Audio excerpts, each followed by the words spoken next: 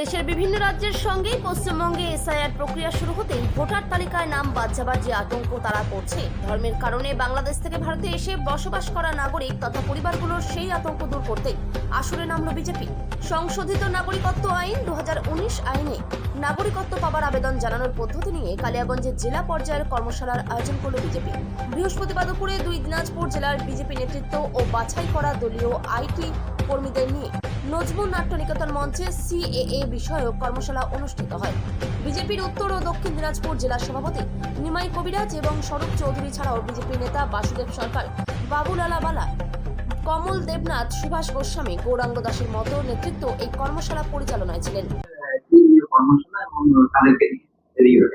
CA কর্মশালা যারা উদ্বাস্তু হয়ে বাংলাদেশ, পাকিস্তান এবং আফগানিস্তান থেকে আমাদের দেশ অর্থাৎ ভারতবর্ষে এসছে, যে সিএ আইন পাস হয়েছে সেই সিএ আইনের অন্তর্গত যারা আবেদন করবে, এই সমস্ত উদ্বাস্তু শরণার্থীরা, সে আবেদন প্রক্রিয়ায় সরলীকরণ কিভাবে হতে পারে, আবেদন করতে গিয়ে যাতে হয়রানির শিকার না হয়।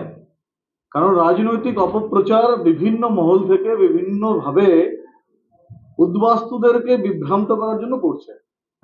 বিষয়টা সংবিধানের, তো সংবিধানের বিষয় নিয়ে যদি বুথের বিভিন্ন রাজনৈতিক দলের, মূলত তৃণমূলের, তারা সংবিধান বিশেষজ্ঞের মতন কথা বলে, তাহলে হবে না।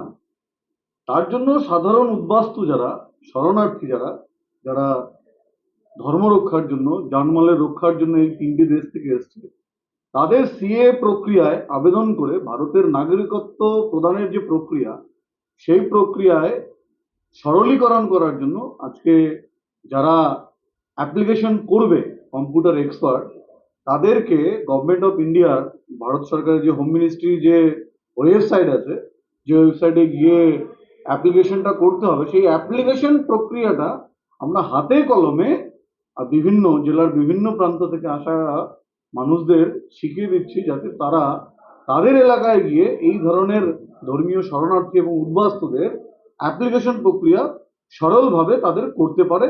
তার জন্য আমরা সহযোগীর ভূমিকা হিসেবে কাজ করছি। এটা কি কর্মশালা হচ্ছে? এখানে ওয়ার্কশপ হচ্ছে, কর্মশালা হচ্ছে। আরেকটা ব্যাপার হচ্ছে যে এই যে সিএ নিয়ে তৃণমূল এত ভয় পাচ্ছে কেন?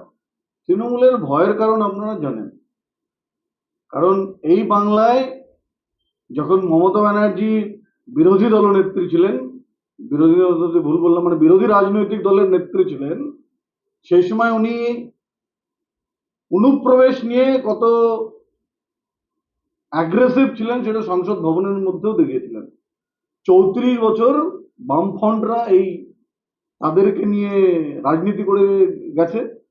এই অনুপ্রবেশকারীদেরকে ভোটার লিস্টে নাম তুলে দিয়ে, আধার কার্ড বানিয়ে দিয়ে, আরো ইত্যাদি ইত্যাদি করে গত 11-12 বছরের বেশি সময় হয়ে গেল, 14 বছর ধরে মাননীয় মুখ্যমন্ত্রী তাদেরকে নিয়েই, তিনি তাদেরকে আবার কি একটা নামও দিয়েছেন, দুধেল গাই ইত্যাদি। খবরের কাগজ খুললে পরেই, খবরের চ্যানেলগুলো খুললে পরে বিভিন্ন চ্যানেল দেখাচ্ছে, কখনো বনগাঁ, কখনো কোচবিহার, কখনো মুর্শিদাবাদ, বাংলাদেশি অনুপ্রবেশকারীরা আর আমাদের দেশে ঢুকে গেছে। যেহেতু সিএ প্রক্রিয়া শুরু হয়ে গেছে, এসআইআর প্রক্রিয়া শুরু হয়ে গেছে, প্রশাসনকে একটু নড়তে চড়তে হয়েছে। কারণ একটা সময় এরা বলেছিল, স্থানীয় প্রশাসন, বাংলায় এসআইআর করতে দেবে না, সিএ করতে দেবে না, অথচ তাদের করতে বাধ্য হচ্ছে। সংযুক্ত রাষ্ট্রীয় যে কাঠামো রয়েছে, সেই কাঠামোতে দেখুন, যারা ধরা পড়ছে তাদের যদি ধর্মীয় পরিচয় মানে লক্ষ্য করা যায়, তাহলে তারা একটা বিশেষ সম্প্রদায়ের লোক, এবং তারা নিজেরা স্বীকার করছে তারা বাংলাদেশ থেকে এখানে এসছে, তাদের কাছে কোনো কাগজ নেই। এই যে যাদের কাগজ নেই কিন্তু ভোটার লিস্টে নাম আছে তাদের, এবার ভোটার লিস্টে নাম আছে, তারা ভোট ব্যাংক হচ্ছে তৃণমূলের। এবার এই যে যেটা কোটিতে বলছে, মমতা ব্যানার্জি নিজেই বলতেন এই সংখ্যাটা কোটিতে, আর এই পুরো কোটির ভোটারটা তৃণমূলের ভোটার। স্বাভাবিকভাবে ভোট ব্যাংকের রাজনীতি করতে গিয়ে উনি নিজেকে এবং নিজের দলকে সংবিধানের ঊর্ধ্বে নিজেদেরকে ভাবতে শুরু করে দিয়েছে। তার জন্য উনি দেখবেন তৃণমূলের চুটকো নেতা সংবিধান, ইন্ডিয়ান কনস্টিটিউট, সেটাকে উচ্চারণ মানে বানান করতে বললে সে বানান করতে পারবে না, কিন্তু দেখুন সংবিধান নিয়ে বড় বড় বাতেলা দিচ্ছে, বড় বড় ভাষণ দিচ্ছে। সেই জন্য বিষয়টা সংবিধানের, যারা এই বিষয়ে এক্সপার্ট আছে, সেই এক্সপার্টরাই এর ব্যাখ্যা দিতে পারবে। যেমন এই আজকে আমরা সিএ এর যে অ্যাপ্লিকেশন প্রক্রিয়া, আমরা যে এর এক্সপার্ট আছে, বিশারদ আছে, তাকে দিয়ে আমরা এর স্পষ্টীকরণ দিচ্ছি যারা অ্যাপ্লিকেশন করবে।